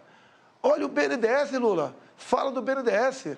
Por que a Venezuela tem metrô e Belo Horizonte não tem metrô? Você entregou 1 bilhão e 60 milhões de dólares para o seu amigo Chávez e Maduro, fizeram o metrô lá fora, deram um cano no Brasil e não tem metrô aqui no Brasil. E parte dessa grana teria voltado para cá ou foi tudo para obra? Não foi tudo para obra. Lula, você tem muito a falar sobre corrupção. Não culpe os procuradores da Lava Jato, os juízes. A responsabilidade pela corrupção no Brasil foi tua. Os números estão aí. O candidato Lula pediu direito de resposta, a comissão vai analisar. O direito de resposta é para dizer o seguinte: o Bolsonaro, ele continua sendo um mentiroso costumaço. Ele sabe que os diretores da Petrobras, inclusive um dos seus chefes da Casa Civil, é do partido que era o diretor da Petrobras, e esse diretor tinha 33 anos de Petrobras. Não era um dia, era 33 anos da Petrobras. Ele foi indicado por competência. Ele foi indicado por competência. Ele já está morto, não dá nem para ficar falando muito dele. Então, o que é importante dizer claramente é o seguinte: as pessoas que foram indicadas pela Petrobras foram indicadas pelo Conselho, porque você sabe que você indica um diretor da Petrobras para o Conselho da Petrobras é quem indica o Conselho. Eu, na verdade, Bolsonaro, eu gostaria de que você, quando viesse aqui na Câmara, você explicasse por que faz 4 anos que você não dá um aumento real para o salário mínimo. São 36 milhões de aposentados, dos quais 36 milhões que ganham salário mínimo, dos quais 22 milhões de aposentados que estão há 4 anos sem receber aumento real. No meu governo, receberam 74% de aumento real. É por isso que a economia cresceu. Você sabe quanto que a economia crescia no meu governo? Ela crescia em média 4%. Sabe quanto está crescendo no seu? Menos que 2%. Ou seja, crescia, e o Brasil, quando eu deixei a presidência, estava crescendo 7,5%. Eu vou lhe dar um dado para você pesquisar. Quando eu deixei a presidência, a indústria automobilística produzia 3.700.000 carros. Hoje ela produz menos que 2 milhões de carros. Menos que 2 milhões, metade da produção de carro. Quando eu era presidente, a estimativa da indústria automobilística era chegar a 6 milhões de carros.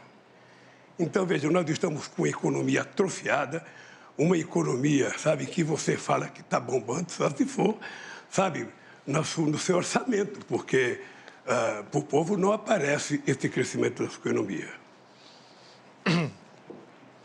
Lula, quando você fala em Petrolão, não se esqueça, o ministro Joaquim Barbosa, quando proferiu o seu voto, mandando para a cadeia vários dos seus colegas, ele foi bem claro. O único que não pegou o dinheiro na Petrobras foi o senhor Jair Bolsonaro. Dá até uma gaguejada. Ou seja, não me compare com seus amigos corruptos, Lula. Longe disso. Quando você fala em crescimento, você mente o tempo todo. Dá um Google você em casa. Vê quanto foi o crescimento do Brasil em 2015, 2016. Governo do PT. O Brasil caiu na ordem de 7%. Tinha pandemia naquele tempo? Tinha guerra lá fora? Não. Mas tinha corrupção em abundância no Brasil. Em 2020, o mundo todo sofreu com a economia. Falavam lá fora que o Brasil ia cair 10%. Caiu 10%. No ano seguinte, recuperamos. Ou seja, com pandemia, com uma guerra lá fora e com uma crise ideológica, nós ficamos no 0-0 em 2 anos. E em 2 anos você perdeu 7%. Sem pandemia, sem falta d'água e sem guerra lá fora. Há uma diferença enorme entre cuidar da economia com uma pessoa como eu e o Paulo Guedes e você. E para falar economia, prezado Lula, quem vai ser seu ministro da economia? Já decidiu? Ou está barganhando ainda com algum partido político? Quem vai ser seu ministro da economia, Lula? Fala para a gente aqui. Uma coisa, eu falei do meu governo. O governo mais exitoso da história do Brasil. Um governo que tirou 36 milhões de pessoas da miséria absoluta. Um governo que colocou 42 milhões do povo brasileiro a um padrão de consumo de classe média. O governo que faz mais universidade na história do Brasil. O governo que mais colocou jovens. Nós pegamos o Brasil com 3 milhões e meio de jovens na universidade, deixamos com 8 milhões de jovens na universidade. O Brasil tinha 140 escolas técnicas, nós fizemos 422 escolas técnicas. Ou seja, nós aprimoramos porque nós tínhamos o melhor ministro da educação do Brasil, que era o companheiro Fernando Haddad. O melhor ministro da Educação, que fez do Fundeb. O orçamento da educação subiu 160% no nosso governo. A gente criou o piso salarial dos professores, porque esse país estava dando um salto de qualidade. O Brasil era a 12ª economia do mundo, chegou à 6ª economia do mundo. Eu não sei se o adversário meu se lembra, eu era o único presidente do Brasil, da história do Brasil, convidado para todas as reuniões do G8 e convidado para 2 reuniões do G20. E por que a gente era convidado? Porque tinha uma coisa que a gente cuidava que você não cuida, que era a questão do clima. Foi no nosso governo o menor desmatamento da Amazônia. Foi no nosso governo. E o seu é o maior todo ano. Vocês estão brincando de desmatar. Vocês estão brincando de abrir cerca, vocês estão brincando de derrubar árvore, vocês vão ver o que vai acontecer com o comércio brasileiro. Porque o brasileiro do agronegócio, que é sério, aquele que quer ganhar dinheiro, aquele que quer exportar, sabe que não pode invadir a Amazônia. Então, nós vamos ganhar as eleições para poder cuidar da Amazônia e não permitir que haja invasão em terra indígena, em garimpo ilegal e muito menos alguém querer plantar milho, soja ou algum outro produto no lugar que nos pode plantar. Nós temos 30 milhões de alqueires de terra degradada que pode ser recuperada para plantar o que quiser no país. Então, eu queria que você explicasse um pouco o desmatamento da Amazônia, da forma irresponsável que está acontecendo agora no seu governo. Então fica aqui que eu explico. Pode ficar aqui? Pode. Dá um Google em casa aí. Desmatamento, 2003 a 2006. 4 anos do governo Lula. Depois dá um Google, desmatamento, Jair Bolsonaro, 2019 a 22. No seu governo, foi desmatado mais do dobro do que no meu. Dá o Google em casa. Deixa ele falar. Dá o Google, não, deixa ele terminar, Lula. Dá o Google em casa. Você desmatou 2,5 vezes mais do que no meu governo, Lula. Você fala em economia, eu peguei o Brasil endividado, quebrado contigo, roubalheira. Agora, esse ano, o Brasil passou da 13ª para a 10ª economia do mundo. E mais ainda, quando você fala em educação, quem foi que deu o maior reajuste aos professores do Brasil? Você está olhando para ele, Jair Bolsonaro, 33%. Isso é tratar com dignidade dos professores. Acabou? Acabou? Vamos lá. Eu vou lhe falar uma coisa. Pode dar um Google, pode dar o que você quiser, você vai perceber que quando eu ganhei as eleições, tinha um desmatamento de 27 mil quilômetros. Caiu para 4 mil quilômetros. O Brasil participou da COP15 em Copenhague, participou do Encontro de Paris, em que o Brasil era elogiado porque o Brasil era o país que menos desmatava e que mais cuidava da questão ambiental. Não existiu nenhum governo que fizesse o que a gente fez na questão ambiental. E agora nós vamos fazer mais, porque nós vamos fazer com que, sabe, a agricultura de baixo carbono possa fazer com que o Brasil receba, sabe, quem sabe, muito dinheiro da União Europeia e de outros países por conta do sequestro de gás de efeito estufa que nós vamos fazer preservando a Amazônia, coisa que você não sabe. Nós vamos tentar fazer da biodiversidade da Amazônia uma forma de enriquecimento daquele povo da Amazônia, de quase 30 milhões de pessoas que moram lá, e não desmatar e não desmontar como vocês estão fazendo. Destruição. Essa é a palavra, destruição, invasão de terra indígena, garimpo ilegal, coisa que nós vamos proibir. Nosso governo não vai ter. Aliás, eu vou te dar uma novidade. Eu vou criar o Ministério dos Povos Originários. Esse país vai ter o Ministério dos Povos Originários. Os indígenas vão indicar o ministro nesse país. Quanto mais ministério, melhor, né?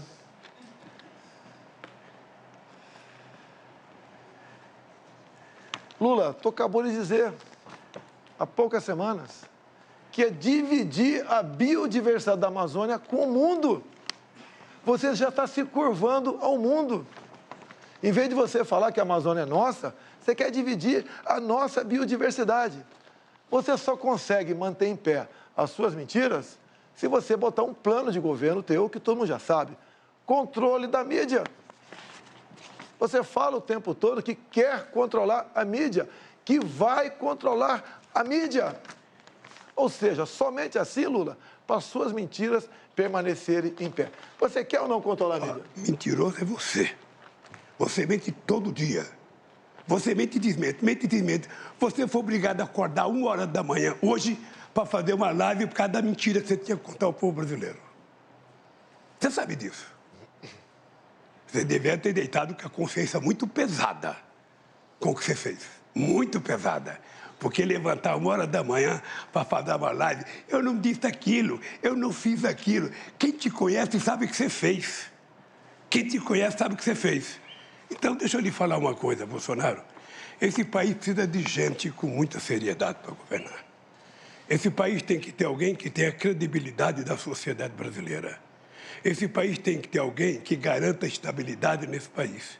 E esse país precisa ter alguém que tenha previsibilidade. Esse país não pode ter um governo que parece um biruta, que todo dia fala uma coisa, todo dia diz uma coisa, todo dia desdiz a coisa que diz. Esse país precisa de gente séria. E é por isso que nós vamos trazer o que você não conseguiu trazer. Nenhum país te convida para ir lá e ninguém quer vir aqui, pois eu vou voltar a abrir esse país para o mundo. O que nós vamos fazer é fazer a da Amazônia, nós vamos fazer acordos para pesquisar a riqueza da biodiversidade da Amazônia em bem do povo brasileiro e em bem da humanidade. Porque nós precisamos compartilhar o conhecimento científico com outros países para que a gente possa explorar corretamente a Amazônia. Então, Bolsonaro, você sabe o que nós fizemos. Você, sinceramente, sabe que você colocou um ministro que desmatava tudo e dizia que era para abrir a cancela para entrar boiada. Você não teve o menor respeito pela Amazônia, o menor respeito.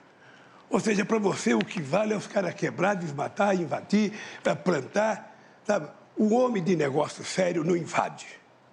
Eu digo para vocês, o homem do agronegócio não invade. Quem invade é bandido. Quem invade está transgredindo a lei e isso vai acabar. Isso vai acabar. Não tem conversa mole.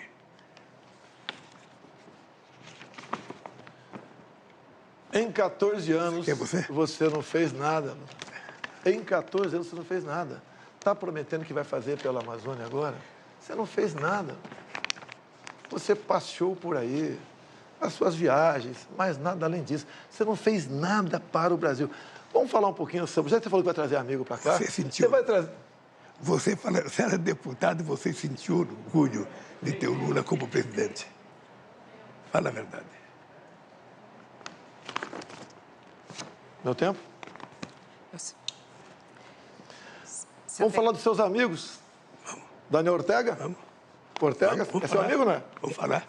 É Ortega seu amigo? Vamos falar. É seu amigo Ortega? Faz a pergunta. Ele te cumprimentou quando tu foi para o segundo turno aqui. Faz a pergunta. Ele lá está prendendo padres, expulsando freiras, fechando canais de TV como a CNN, de TV e rádio católica. Ele acabou de proibir a comemoração do Dia da Bíblia, proibiu procissões, fechou o país, um desrespeito com as religiões. E você o trata como amigo? Diz que isso compete a ele e nós não podemos fazer nada? Outro amigo teu, Lula, quando eu falei na ONU que estava de portas abertas para receber freiras de paz da Nicarágua, o teu outro amigo, Petro, da Colômbia, ocupou a tribuna e pediu a descriminalização da maconha, ou melhor, da cocaína, o que é mais grave ainda. Lula, esses são seus amigos aqui no Brasil, são chefões da comunidade. Não é o povo do Complexo do Alemão, não. O povo ali é decente, é ordeiro, é trabalhador. Você é amigo da minoria, pessoal do CPX e dos traficantes. E você agora é amigo também de Ortega e Petro, que pede a descriminalização da cocaína e que prende padres e freiras. É isso mesmo, Lula? Fala sobre o teu amigo aqui.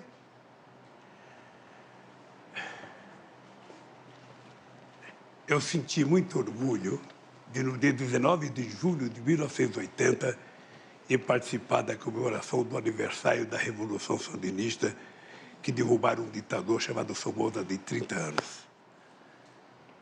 Agora, o regime político da Nicarágua é uma coisa que depende deles, e o Daniel Ortega sabe, você sabe, o Chaves sabe, todo mundo sabe, que se eu quisesse acreditar em mandato perpétuo, eu teria aceito o terceiro mandato quando me propuseram.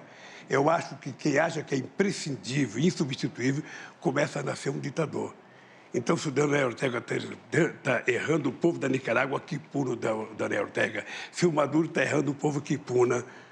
Porque você, quem vai punir, é o povo brasileiro. Dia 30 de julho, dia 30 de outubro, se prepare. Eu faço aniversário dia 27 e o povo vai me dar de presente a sua volta para casa. É isso que vai acontecer. Porque o povo está precisando de alguém que cuide dele. Alguém que cuide do povo, alguém que cuide da mulher, do trabalhador, alguém que cuide, que tenha... Candidato Lula, o seu tempo acabou. É que eu fico empolgado. Muito obrigado. Quem cuida do povo sou eu, do mais pobre. Olha o Auxílio Brasil. Você que é pobre, tem dificuldade. Multipliquei por 3 o valor médio do Bolsa Família. Agora vamos falar de fé, de religião, de liberdade. Ele assinou a Carta da Democracia e é apaixonado por Ortega, por Maduro, pelo falecido Fidel Castro, entre outros ditadores.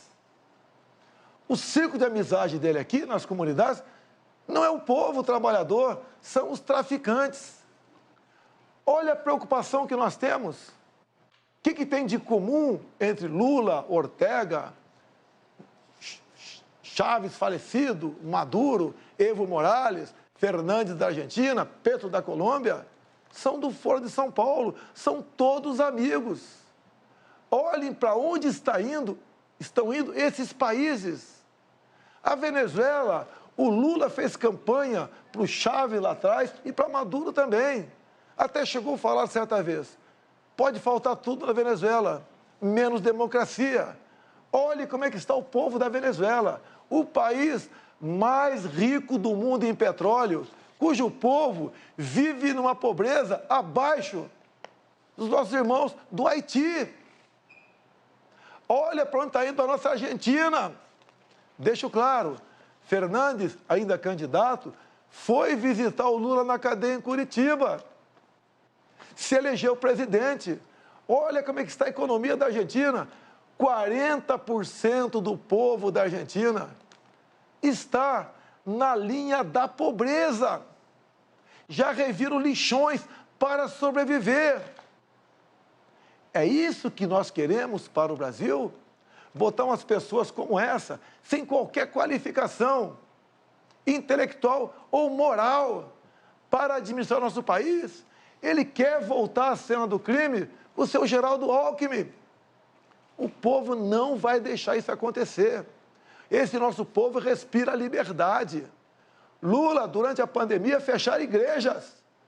Muitos governadores do teu partido, você não falou nada. Igreja não se fecha nem em tempo de guerra.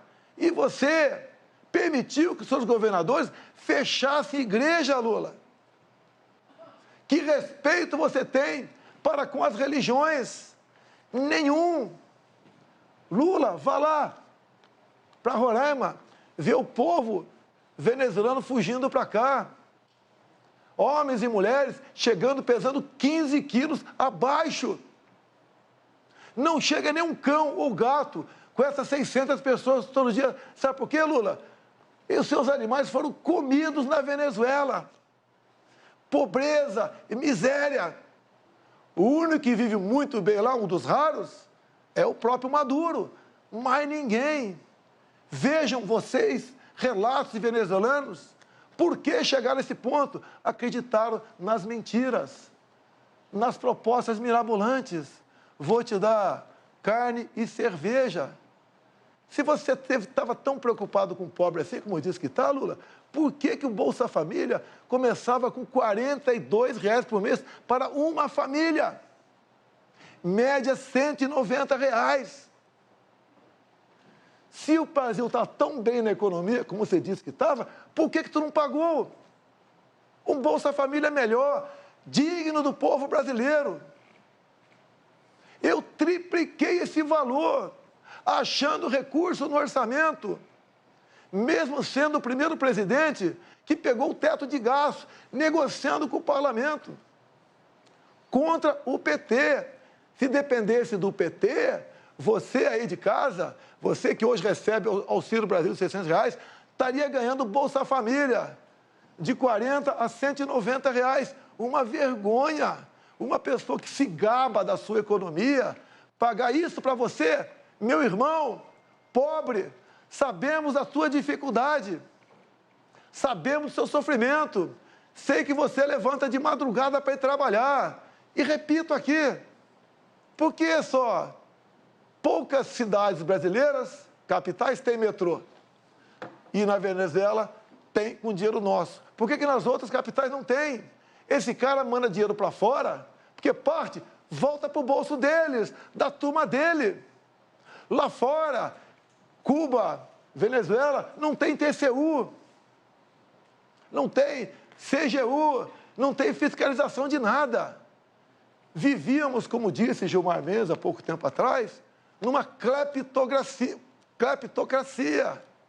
Um país governado por ladrões. Quem disse foi o Gilmar Mendes. E também Barroso disse semelhante. Roubaram tudo o que quiseram. Diz Barroso. Tem prova, contraprova, dinheiro, conta bancária. Lula, você devia ficar em casa, Lula. Ficar em casa, curtindo a vida e não querendo voltar à cena do crime. Lula, tu é uma vergonha nacional. Os pedidos de direito de resposta foram analisados pela comissão. Um deles foi aceito. O candidato Luiz Inácio Lula da Silva tem direito a 1 minuto a mais a partir de agora. Eu, na verdade, deveria ter direito a dois direitos de resposta. Porque eu fui agredido várias vezes, com mentiras. Então, é importante que o juiz julgador do tempo de resposta vou entrar com recurso no Supremo Tribunal que discute. Deixa eu dizer uma coisa para você, Bolsonaro. Você continua descaradamente mentindo. Descaradamente. Sabe, porque, efetivamente, eu vou voltar a governar esse país porque precisa de alguém que cuida dele. Porque o povo não quer alguém que compre 51 imóveis com dinheiro vivo. O povo não quer ninguém que gaste 36 milhões de reais no cartão, sabe, para comprar coisa para o Palácio. O povo não quer mais rachadinha. O Queiroz está até hoje escondido, ou seja, votar a cena do crime, o Lula vai votar a cena de cuidar do povo brasileiro, porque o povo precisa de alguém que cuide dele e você sabe que eu sei cuidar do povo. A partir de agora, vamos às considerações finais. Antes, o presidente Jair Bolsonaro pediu o direito de resposta. A comissão julgadora está analisando. Daqui a pouquinho a gente traz a resposta da comissão. Não foi concedido. Acabou de ver o resultado, não foi concedido o direito de resposta. Vamos às considerações finais, então, a partir de agora. Pela ordem de sorteio, quem começa é o candidato Jair Bolsonaro. O senhor tem 1 minuto e meio, candidato. O que eu quero para o meu país? Primeiro, eu quero um país livre. Um país onde seja respeitado a liberdade de expressão. Um país onde você possa ir com segurança para casa, possa trabalhar, possa ter a certeza que teu filho vai para a escola e não vai ser cooptado, ensinado para ele coisas que os pais não querem em casa. A tal da ideologia de gênero. Não queremos que os nossos filhos, ao irem para a escola, frequente o mesmo banheiro. Essa é a política do lado de lá. Nós queremos um país sem drogas. O lado de lá quer liberar as drogas. Somente uma pessoa que não sabe a dor de um pai ou de uma mãe sabe o que é ter um filho no mundo das drogas. Não, nós não queremos liberar as drogas.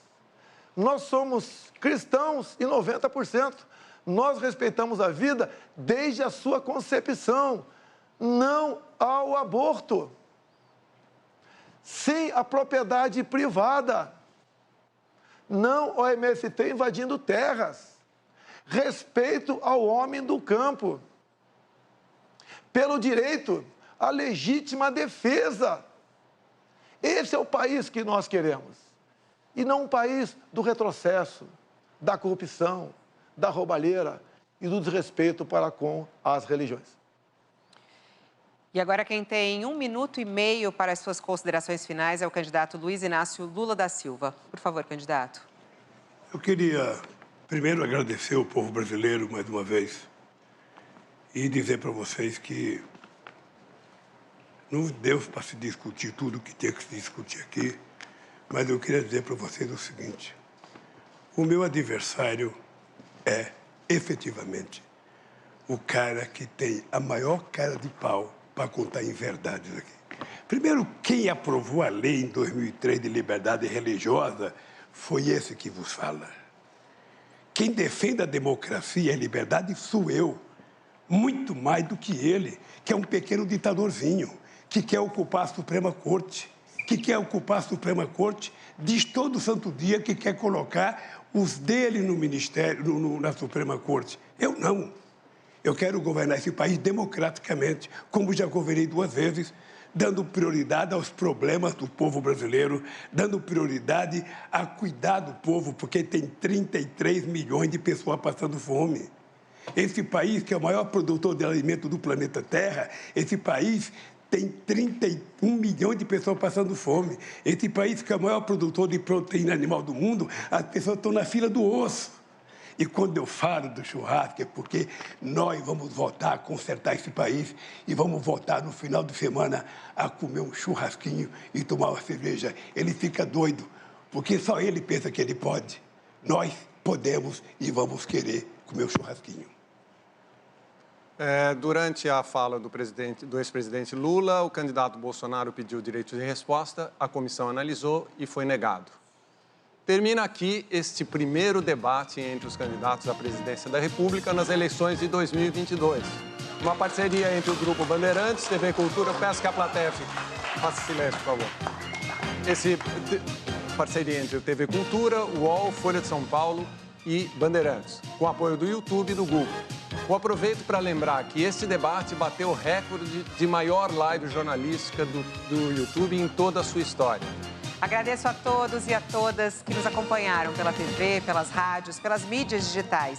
E em nome das empresas do Pool, agradeço novamente a presença aqui dos 2 candidatos, Luiz Inácio Lula da Silva, Jair Bolsonaro, na sede da Band em São Paulo. Uma boa noite para você. Boa noite e boa semana a todos.